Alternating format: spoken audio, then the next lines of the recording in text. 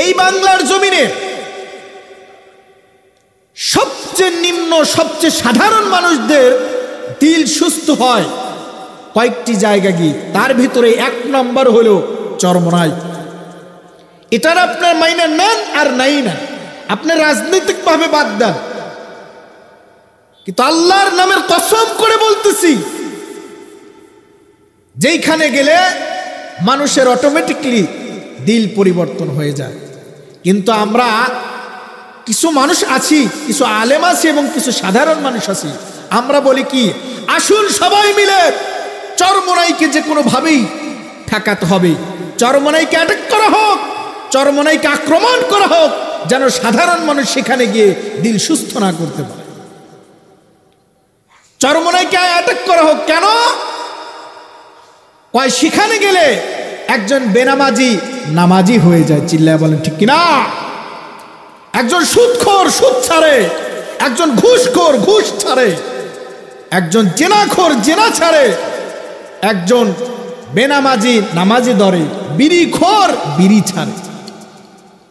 হাজারো লক্ষ লক্ষ প্রমাণ পাবেন যেখানে সাধারণ মানুষ গিয়েই তাদের পরিবর্তন। সুবহানাল্লাহ বলবেন না?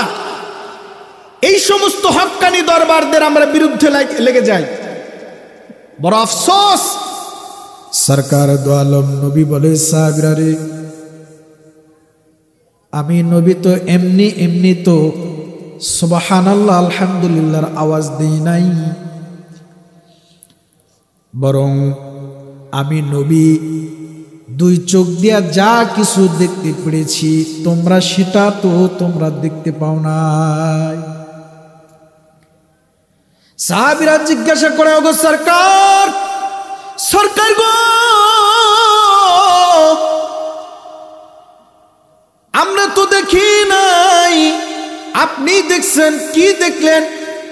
সরকার দো আলম নবী বলে, এই সাহাবীরা, আমার সাদ বিন মুআজকে কবরের মধ্যে যখন রাখলাম, দাফন কাফন শেষ কইরা যখন তোমরা চলে গেছো, আমি নবী যখন দাঁড়ায় আছি, দেখি যে 2 পাশ থেকে কবরের মাটি আমার সাদ বিন মুআজকে চাপ মারার জন্য আসতেছি।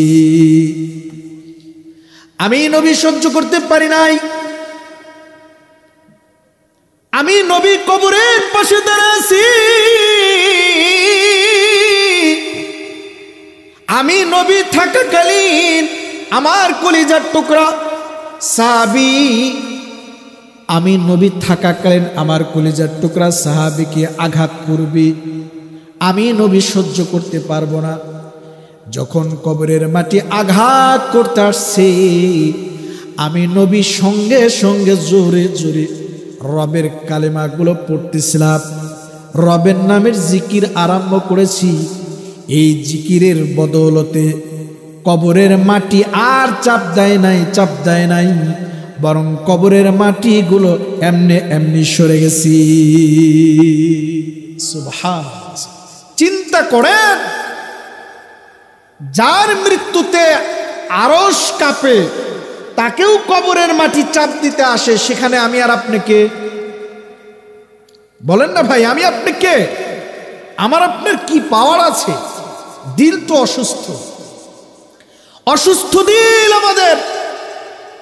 এই অসুস্থ দিল নিয়ে আল্লাহর সামনে, আল্লাহর আদালতের সামনে দাঁড়াইব, লজ্জা লাগবে না ভাই?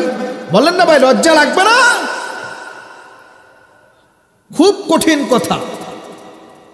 সুস্থ দিল নিয়ে আল্লাহর সামনে দাঁড়াইতে হবে, বড় ভয়ানক জায়গা। সুস্থ দিল ছাড়া কোনো লাভ হবে না।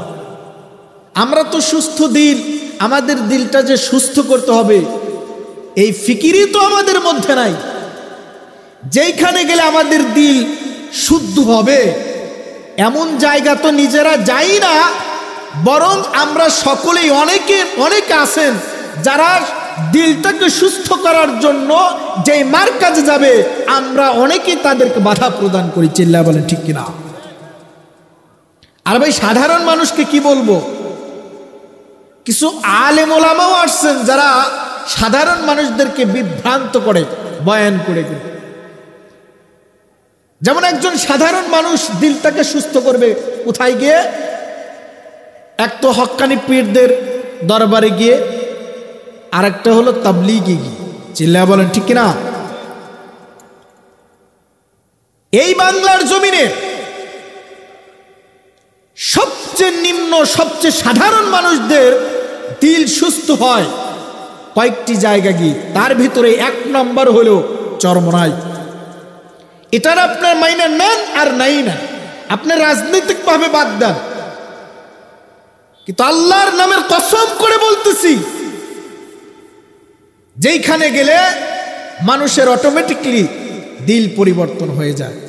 কিন্তু আমরা কিছু মানুষ আছি, কিছু আলেম আছি এবং কিছু সাধারণ মানুষ আছি, আমরা বলি কি, আসুন সবাই মিলে চরমোনাইকে যে কোনো ভাবেই ঠেকাতে হবে, চরমোনাইকে অ্যাটাক করা হোক, চরমোনাইকে আক্রমণ করা হোক, যেন সাধারণ মানুষ সেখানে গিয়ে দিল সুস্থ না করতে পারে। চরমোনাইকে অ্যাটাক করা হোক। কেন? কয় সেখানে গেলে একজন বেনামাজি নামাজি হয়ে যায়। চিল্লায় বলেন ঠিক কিনা? একজন সুদখোর সুদ ছাড়ে, একজন ঘুষখোর ঘুষ ছাড়ে, একজন জেনাখোর জেনা ছাড়ে, একজন বেনামাজি নামাজি ধরে, বিড়িখোর বিড়ি ছাড়ে। হাজারো লক্ষ লক্ষ প্রমাণ পাবেন যেখানে সাধারণ মানুষ গিয়েই তাদের পরিবর্তন। সুবহানাল্লাহ বলবেন না? এই সমস্ত হক্কানি দরবারদের আমরা বিরুদ্ধে লেগে যাই, বড় আফসোস। কাজেই দিল সুস্থ করে আল্লাহর কাছে যাইতে হবে। অসুস্থ দিল নিয়ে আল্লাহর কাছে যাওয়া যাবে না, অসুস্থ দিল নিয়ে কবরেও যাওয়া যাবে। কবর বড় ভয়ানক জায়গা, কঠিন জায়গা। মাত্র কবরে যাইতে না যাইতেই আমরা যে আমাদের দেহ নিয়ে যে আত্মগৌরব, আমাদের যে অহংকার অহমিকা, আমাদের এই দেহটার অবস্থা কি? কবরের ভিতরে আপনি 5-6 দিন গেলেই দেখবেন আপনার সবকিছু খসা আরম্ভ করে দিয়েছে। চিল্লা বলেন ঠিক না? তাহলে এই দেহ নিয়ে আমাদের এত অহংকার কেন?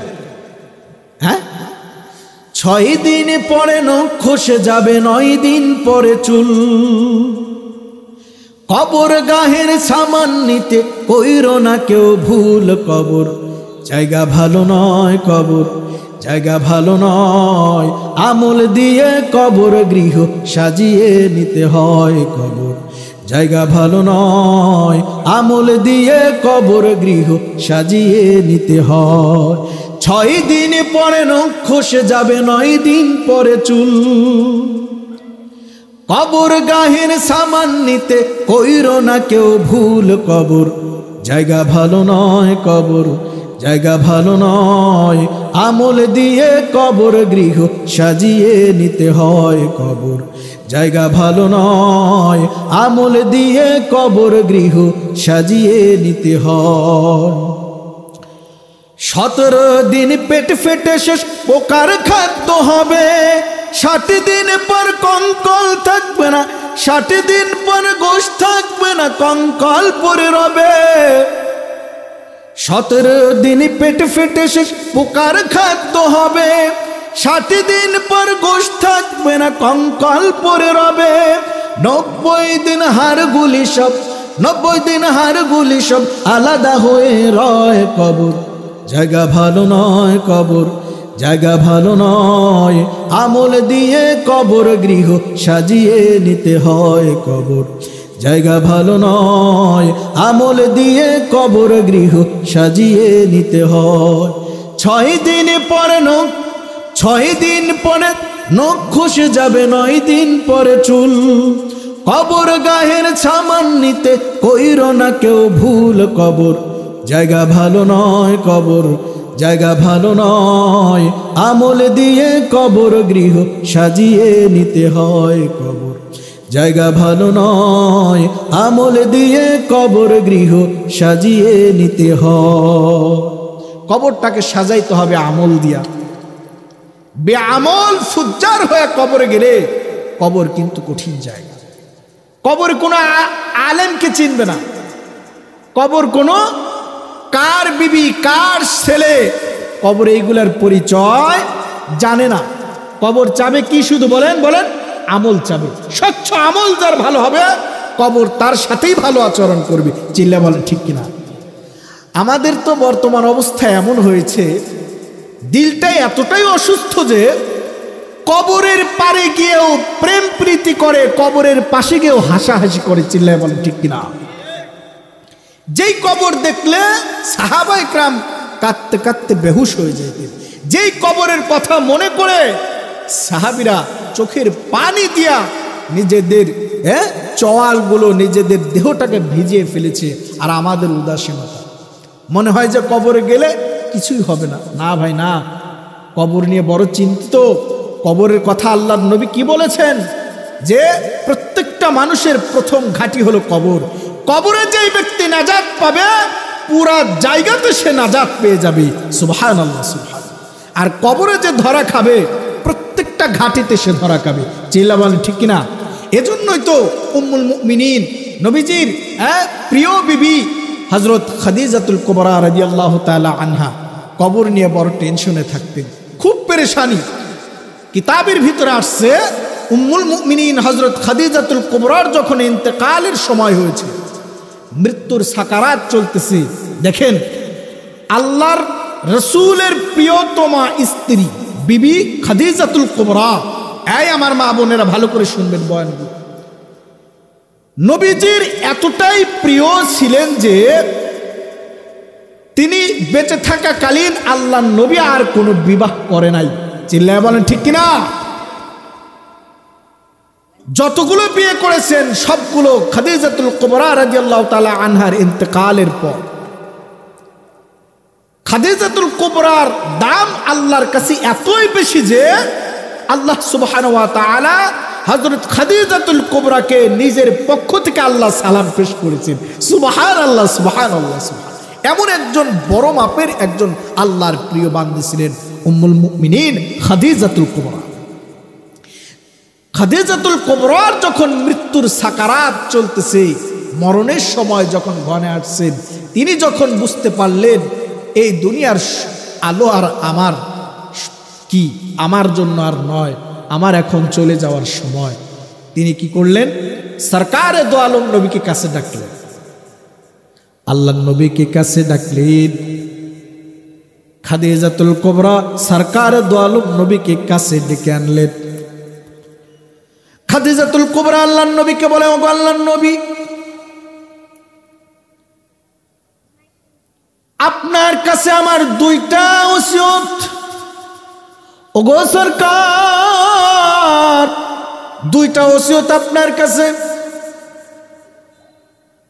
সরকারে দো আলম নবী বলে, খাদিজা আপনি এত পেরেশানি হবেন না, আপনার কোনো ভয় নাই, আপনার কোনো টেনশন নাই। মৃত্যুর সঙ্গে সঙ্গে রব্বে কারিম আপনার কবরের মধ্যে জান্নাতের সমস্ত হাওয়া জারি করে দিবে। ওগো খাদিজা ভয় নাই, ভয় নাই, টেনশন করিয়েন না। কিন্তু খাদিজা সরকারে দো আলম নবীর হাত ধইরা খাদিজা বলে, ওগো সরকার হাতটা একটু বাড়ায় দেন, দুইটা ওসিয়ত আপনার কাছে। সরকার গো, দুইটা ওসিয়ত করি আমি, আমার মরণের পর আপনার দুইটা ওসিয়ত আপনি পূরণ করবেন। এক নম্বর ওসিয়ত হইল, সরকার গো, আমার মরণের পরে আপনার পরনের একটা জুব্বা দিয়া আমি খাদিজার কাফন বানাই। কারণ আমার ভয় হয় কবরের।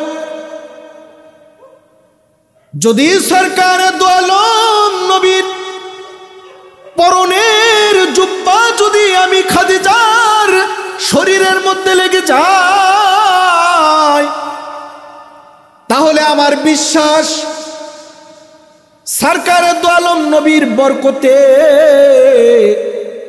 কবরের মাটি আমি খাদিজার সাথে খারাপ আচরণ করবে না।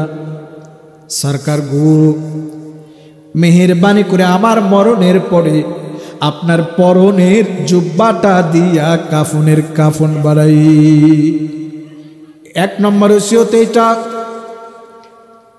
দ্বিতীয় নম্বর ওসিয়ত হইল সরকার, আমি খাদিজা যখন কবরের, আমি খাদিজাকে যখন জানাজার নামাজ পড়ায়া কবরের মধ্যে রাখবেন, নিজের হাত মোবারক দ্বারা আমি খাদিজার দেহটাকে কবরে নামাইবেন, যেন আপনার হাতের পরশটা আমি খাদিজার শরীরে লাইগা যায়।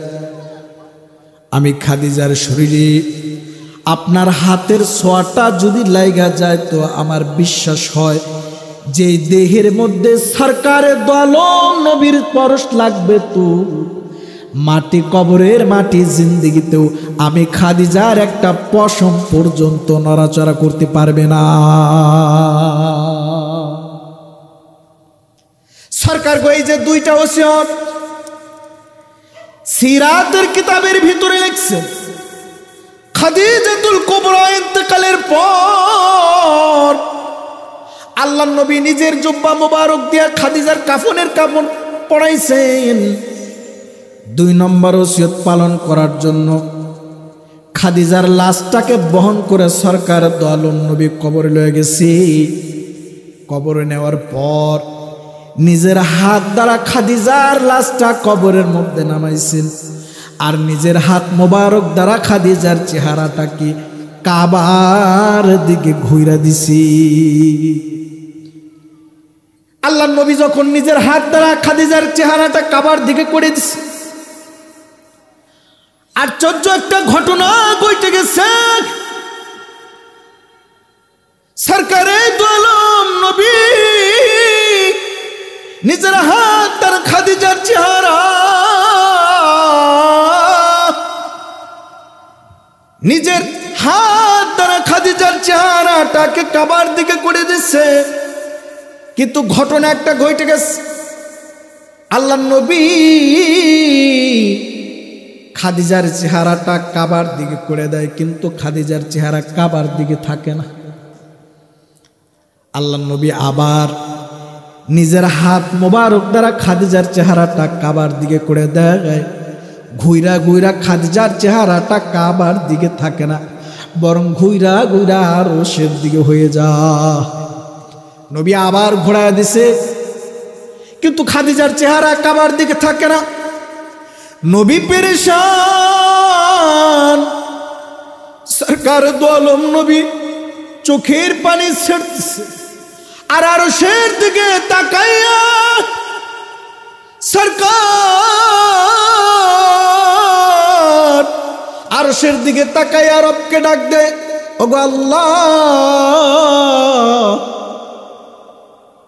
আমি সরকার দো আলম নবী, আমি তোমার পয়গম্বর, নিজের হাত দ্বারা খাদিজার চেহারাটা কাবার দিকে কইরা দিলাম, কেন যে খাদিজার চেহারাটা কাবার দিকে থাকে না? ওগো মালিক, ওগো রব, আপনি কি আমার খাদিজার উপরে নারাজ? আমার খাদিজার উপরে কি আপনি নারাজ? আমি হাবিব তো আমার খাদিজার উপরে খুশি। ওগো আল্লাহ, আমার খাদিজাকে তুমি মাফ করে দাও, আমার খাদিজার উপরে আপনি নারাজ হয়ে না।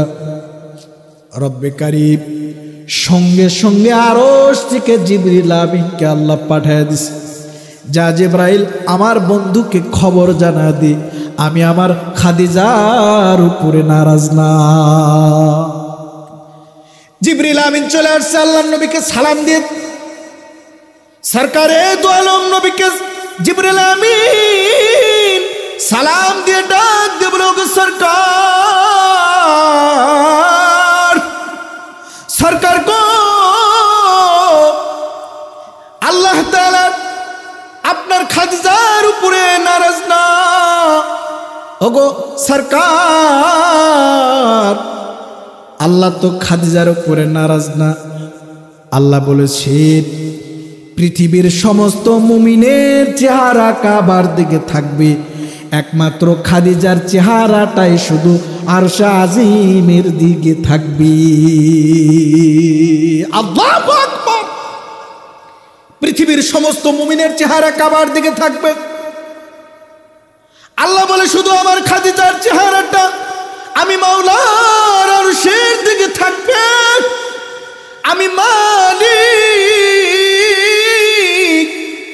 খাদিজার চেহারাটা বারবার তাকা তাকা দেখব। আমি রব তো আমার খাদিজার উপরে নারাজ না। সরকার আল্লাহ আপনার খাদিজার উপরে নারাজ না। মেরে ভাইও এই ওয়াকিয়াটা কেন বললাম? উম্মুল মুমিনিন যেই মহিলাটাকে আল্লাহ নিজে সালাম দেয়, সেই মহিলাটাও যদি কবরের চিন্তায় এত বেহুশ হয়, তাহলে আমার আপনার কোন গতিটা হবে কবরের ভিতরে? সরকারে দো আলম নবী তো এই জন্যই বলছেন, আল কবরু রাউযাতুম মিন রিয়াজিল জান্নাহ, আল কবরু রাউযাতুম মিন রিয়াজিল জান্নাহ আও হুফরাতুম মিন হুফারিন নার। আল্লাহর নবী সরকারে দো আলম নবী বলে, কবরটা কারোর জন্য জান্নাতের গর্ত হবে, আবার কারো জন্য কবরটা জাহান্নামের গর্ত। যাদের জন্য কবরটা জান্নাতের বাগান হবে, তো পরবর্তী জিন্দেগিটাও আল্লাহ তাআলা প্রত্যেকটা জায়গা সহজ করে দিবে। আর যাদের জন্য কবরের ঘাটিটা হবে জাহান্নামের গর্ত, তাদের আর রক্ষা নাই। মেরে ভাইও, যেহেতু মুমিন আমি ইমানদার হিসাবে কবরে আযাব যেহেতু বিশ্বাস করি, সেহেতু কবরে যাওয়ার আগে আমলটা ঠিক করে নেওয়া দরকার। যারা বলেন আছে না নাই? কবরটাকে সাজাইতে হবে আমল দিয়া। যদি আমলে ঘাটতি হয় তো কবর আমাকে আপনাকে ছাড়বে না। আর যদি কবরটা যদি আমল দিয়া সাজাইতে পারি, তো কবরটা জান্নাতের বাগান আল্লাহ বানায়া দিবি। সংক্ষেপে আলোচনা আর বেশি টানবো না। কবরটাকে দুনিয়ার জমিন থেকে আমি আপনি যখন চলেই যাব, এমন কিছু আমল করে যাব যেন এই আমলগুলো মরণ পর্যন্ত নয়, কিয়ামত পর্যন্ত যেন আল্লাহ তাআলা আমার কবরের মধ্যে যেন আল্লাহ তাআলার নেকি পাঠাইতে থাকে। কারণ হলো, মানুষকে কবরে গেলে একটা মানুষ যখন মারা যায়, তার আমলের সমস্ত দরজাই আল্লাহ বন্ধ করে দেন। চিল্লায় বলেন ঠিক কিনা? আমলের সমস্ত দরজা আল্লাহ বন্ধ করে দেন। মাত্র 3টা দরজা থাকে, যেই 3টা দরজা দিয়ে আল্লাহ সুবহানাহু ওয়া তাআলা মৃত ব্যক্তির কবরের মধ্যে আল্লাহ আমল পৌঁছাইতে থাকেন। তিনটি কাজ করে। 1 নম্বর হইল উপকারী ইলম। উপকারী ইলম, যদি উপকারী ইলম দান করেন, যেমন হযরত ওলামা করতেছেন, তিনি কোরআন শিখছেন, অপরদেরকে শিখাইতেছেন, তারা আবার শিখাবেন। কিয়ামত পর্যন্ত কোরআনের আমল জারি থাকবে। যিনি সর্বপ্রথম শিখাইছেন, তার কবরে আল্লাহ তাআলা কিয়ামত পড়নেওয়ালা যারা পড়বে প্রত্যেকের সওয়াব আল্লাহ তাআলা এর কবরে আল্লাহ তাআলা পৌঁছায় দিবেন। সুবহানাল্লাহ বলেন।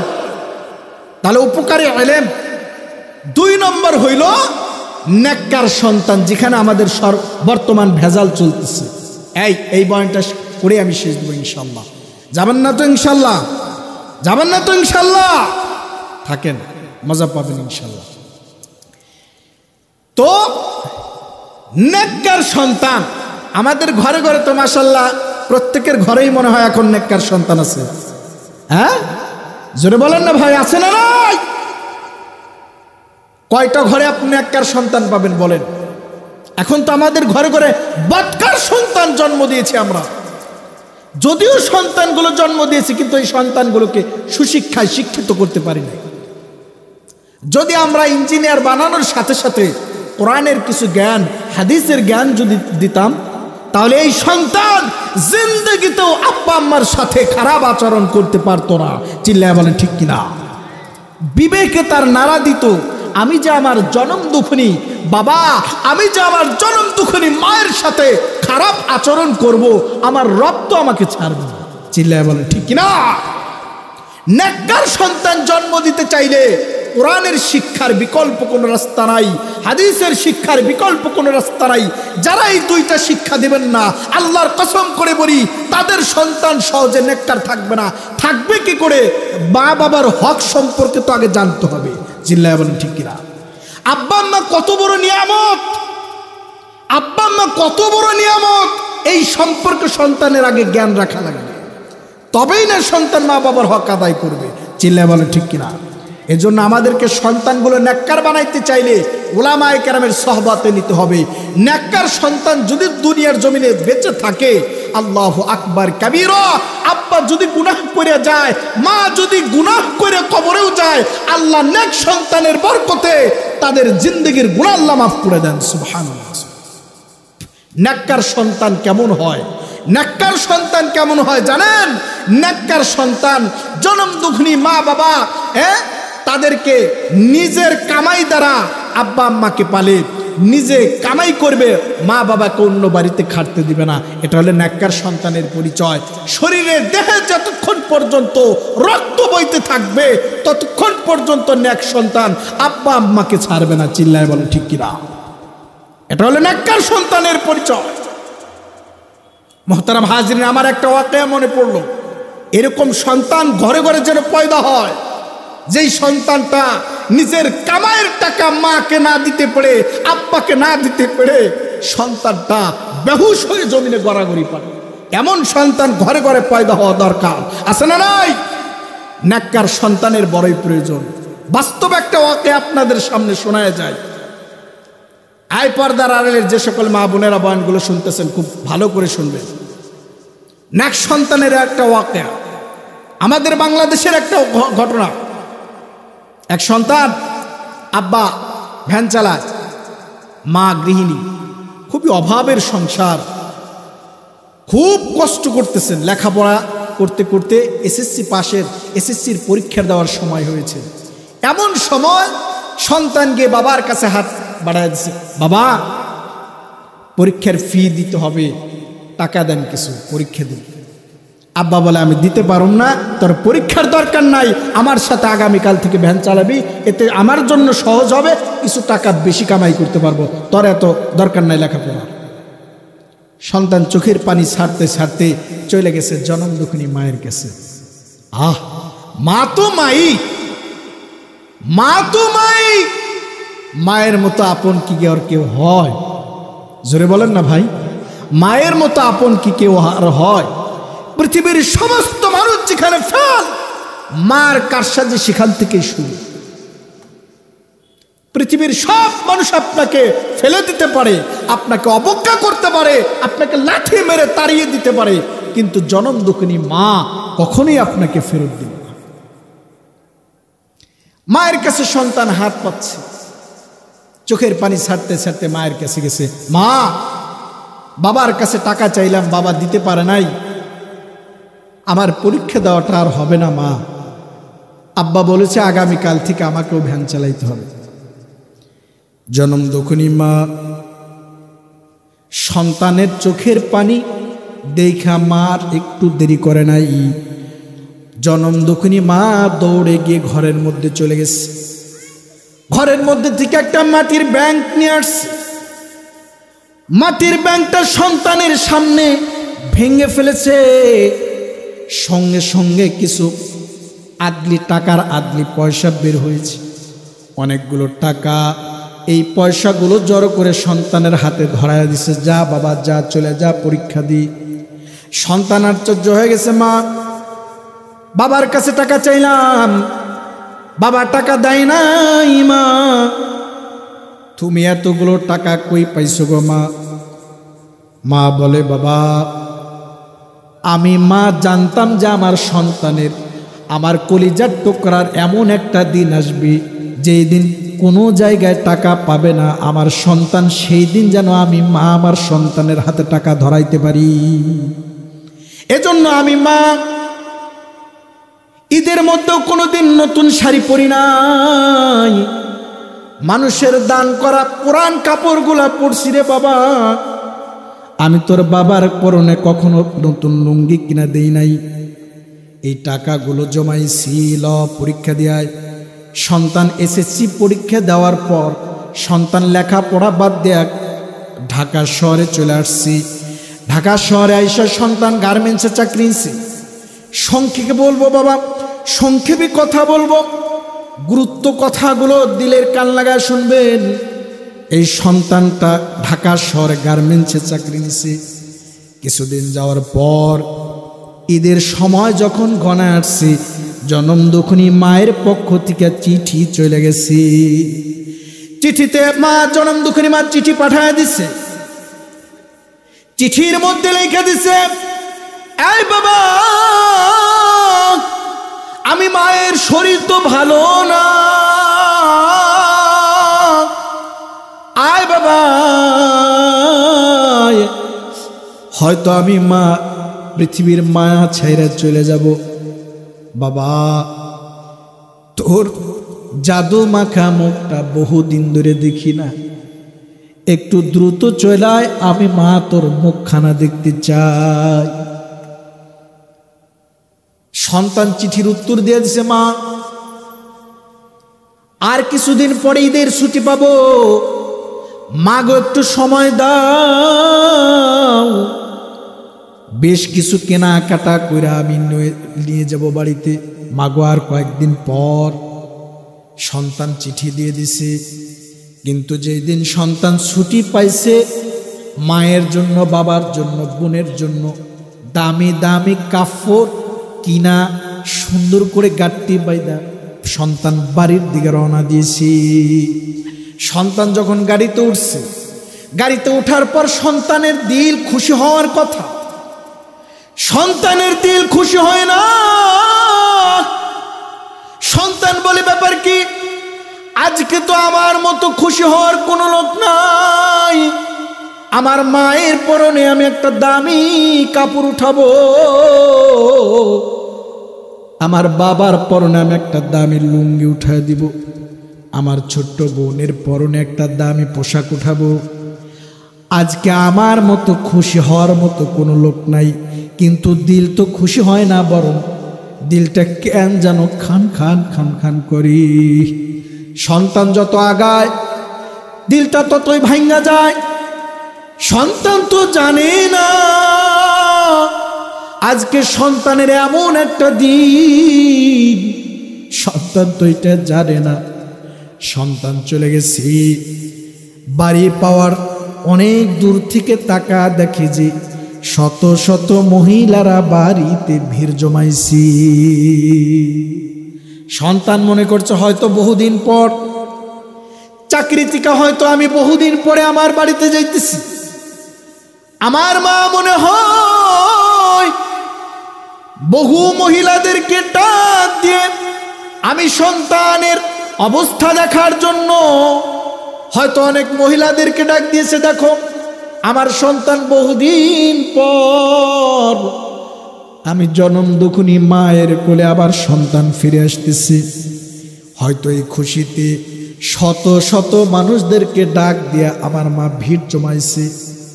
সন্তান যখন আর একটু আগে গেছে, যখন বাড়ির উঠানে দাঁড়ায় গেছে, বাড়ির উঠানে পা রাখতে না রাখতেই শত শত মহিলাদের কান্নার আওয়াজ, শত শত মহিলাদের কান্নার আওয়াজ। হঠাৎ করে ছোট্ট বোন দৌড়ে এসে ভাইয়ের গলাটা জড়ায় ধরছে, ভাই আপনি কেন আগামীকাল আসলেন না? আপনি কেন আগামীকাল আসলেন না ভাই? এইভাবে ছোট্ট বোন গলাটা জড়ায় কান্দ। ভাই ডাক দিয়ে বলে, ব্যাপার কি বোন, এত জোরে জোরে কান্দ কেন বোন? এই ব্যাপার কি, কান্দ কেন? তোমার তো আজকে খুশির দিন। বোন বলে, ভাই আমি বোন কেন কান্দি ভাই তুমি জানো না? তুমি কে দেখতে পাও বাড়ির উঠানে ওই যে খাটিয়ার উপরে কারলাস? ভাইরে তুমি কি জানো ওই যে খাটিয়ার উপরে সাদা কাপড় জড়ানো কারলাস? ভাই বলে, না জানি না কার লাশ আমার বাড়ির সামনে আমার ঘরের উঠানে দাঁড়ানো। ছোট্ট বোন বলে, ভাই ওইটা তো আর কারো লাশ না রে ভাই, ওইটা হলো তোমার জনম দুখুনি মায়ের সাদা কাফন জড়ানো তোমার মায়ের লাশ। ওইটা আর কারো লাশ না রে ভাই, তোমার মায়ের লাশ। যেই মা তোমারে নিজে না খাওয়া তোমারে খাওয়াইছে, যেই মা জিন্দেগিতে তোমার খুশি দেখার জন্য, যেই মা নিজে কোনোদিন দামি পোশাক পরে নাই, যেই মা নতুন শাড়ি পরে নাই, যে বাবা জিন্দেগিতে নতুন লুঙ্গি কিনে নাই, ওই বাবার সন্তান, ওই মায়ের সন্তান তুমি। আজকে তোমার বাড়ির উঠানে সাদা কাফন দিয়ে জড়ানো, ওইটা তোমার জনম দুগুনি মায়ের লাশ। সন্তান তো কাফনের গাঁটটিটা লইয়া মায়ের লাশের কাছে গেছে। সন্তান মায়ের কাফনের কাপড়টা সরাইয়া মায়ের কপালে একটা চুমু খাইয়া বুকের সাথে জড়াইয়া সন্তান যে কি যে একটা চিৎকার দিছে, সরকারে দো আলম নবীর মতো। আপনারা জানেন সরকারে দো আলম নবী যখন বাবার কবর জিয়ারত কইরা যখন আসতেছিলেন, সরকারে দো আলম নবী শিশু বয়সে মাকে লইয়া বাবার কবর জিয়ারত করার জন্য গিয়েছিলেন। আসার পথে মা আমিনার দেহের ভিতরে এমন প্রচন্ড জ্বর, জ্বরের কারণে তিনি পথিমধ্যে শুয়ে গেছেন। আল্লাহ নবীর মা জ্বরের কারণে জমিনে শুয়ে গেছে। নবীর মা জ্বরে আর জমিন থেকে উঠতে পারে না। হালিমাতুস সাদিয়াকে ডেকে বলে, উম্মে আইমানকে ডেকে বলে, উম্মে আইমান রে, আমি মনে হয় আর বাঁচবো না। এই উম্মে আইমান, আমার পিতা হারা সন্তান মুহাম্মাদের দায়িত্বটা আমি না তোমার হাতে দিয়ে গেলাম। শিশু নবী মুহাম্মদ মায়ের কাছে বসা, জনম দুখুনি মা সরকারে দো আলম নবীর মা যখন ইন্তেকাল করলেন, অমনি তো সরকারে দো আলম নবী মায়ের দেহটা কোলের মধ্যে নিয়া মাকে বুকের সাথে জড়ায়া ছোট্ট নবী শিশু নবী মুহাম্মদ চিল্লায় চিল্লায় কান্না আরম্ভ করলেন। আর মাকে ডেকে বলে, মা গো, আমি তো আমার বাবার চেহারা দেখি না, মারে বাবা হারা সন্তান আমি। আজকে এই শিশু মুহাম্মদকে রাইখা তুমিও চলে গেলা। আল্লাহ নবী জোরে জোরে এমন ভাবে কাঁদতে আরম্ভ করেছে, আসমান জমিন সব কিছু নবীর কান্দায় তারাও কাঁদি। মেরে ভাইয়ের জন্য সরকারে দো আলম নবী ও মায়ের প্রেম। আমিও তো একটা মায়ের সন্তান। সাবধান, মা বাবা জীবিত থাকলে তাদের খেদমত করেন। তাদের খেদমত করলে আল্লাহ খুশি হয়, তাদের খেদমত করলে রিজায়ে মাওলা হাসিল করা যায়, তাদের খেদমত করলে আল্লাহ দ্রুত আপনাকে ওলি বানায় দিবি। সুবহানাল্লাহ, সুবহানাল্লাহ। আপনারা জানেন যে ওয়াইসুল কারনি নামক এক পাগল নবীর জামানার ঘটনা, আল্লাহ নবীকে চিঠি পাঠাইছে, ওগো সরকার, আপনার সাথে আমি ওয়াইসুল কারনি দেখা করতে চাই, কিন্তু আমার মা যাইতে দেয় না। আল্লাহ নবী বলে, আয় ওয়াইসুল কারনি, তোমার মা যেটা বলেছে সেটাই ঠিক, আমি নবীর সাক্ষাতে আসার দরকার না। আল্লাহ তাআলা চিন্তা করেন, ওয়াইসুল কারনিকে আল্লাহ তাআলা এমন একজন বড় ওলি বানাইছেন। আল্লাহ নবী সরকারে দো আলম নবী হযরতে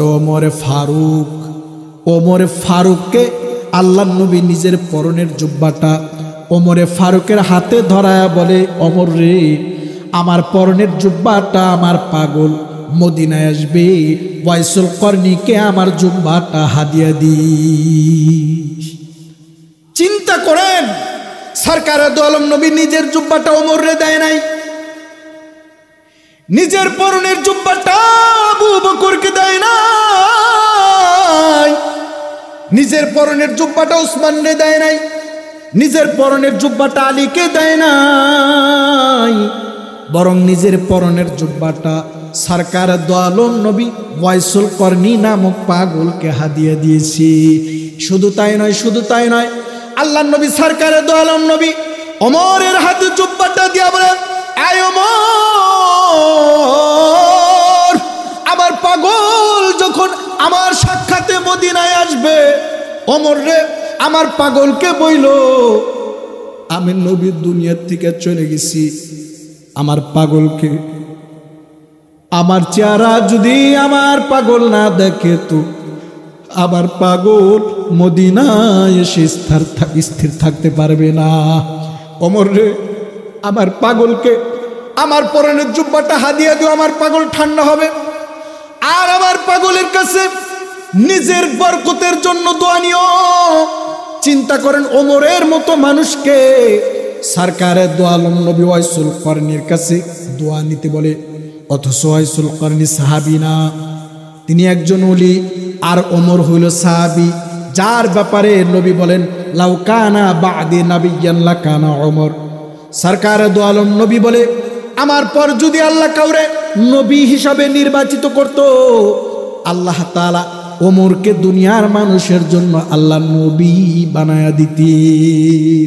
সুবহানাল্লাহ, সুবহানাল্লাহ। এমন মানুষকে আল্লাহর নবী দোয়া নিতে বলে ওয়াইসুল করনি। ও ভাই, ওয়াইসুল করনি সে যদি মায়ের খেদমত করে এত পাওয়ারফুল ওলি হইতে পারে, বলেন তো ভাই, আমিও আপনি কি জনম দুঃখনি মা বাবার খেদমত করে ওলি হতে পারবো না? 100%। আব্বা আম্মা যদি যায় না মাঝে বৈশা যদি দোয়া উঠায়, হাত উঠাইতে দেরি তো রব্বে কারিম জনম দুঃখনি মা বাবার দোয়া কবুল করতে দেরি না। তাহলে আব্বা আম্মাকে কষ্ট দিবেন? জোরে বলেন, কষ্ট দিবেন? জনম দুঃখনি মা বাবা যাদের বেঁচে আছে তারা অবশ্যই খেদমত করবেন। আর যদি মা বাবা বেঁচে না থাকে তাহলে মা বাবার খেদমত কিভাবে করবেন? খেদমত করার পদ্ধতি হইল এই যে মাদ্রাসা, মসজিদ, আল্লাহর ঘর মসজিদ এবং অসহায় দরিদ্র মানুষদেরকে খেদমত করবেন।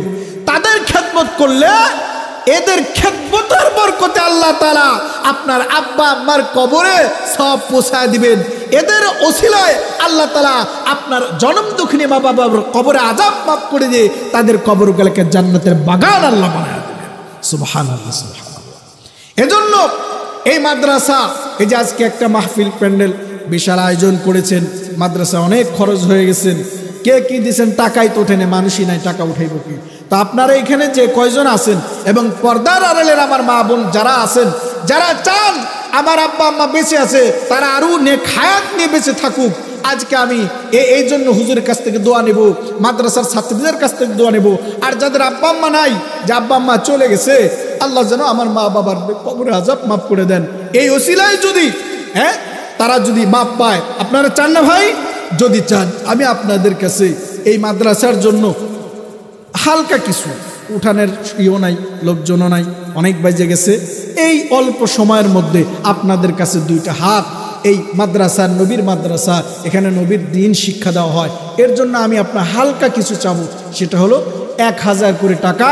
10 জন ভাই আমাকে এই মাদ্রাসার জন্য, হুজুর আমি 1000 টাকা, আমি নবীকে মোহাব্বত কইরা, আল্লাহকে মোহাব্বত কইরা, আমার নবী মদিনায় শুয়ে আছে, আমার নবী যেন খুশি হয়, আমার নবী যেন সন্তুষ্ট হয়, আমার আব্বা আম্মার কবরে আযাব যেন মাফ হয়, আর যদি আব্বা আম্মা বেঁচে থাকে, আব্বা আম্মা যেন নেক হায়াত নিয়ে বেঁচে থাকে, আমি আমার মা বাবার কাছে যেন নেক সন্তান হতে পারি।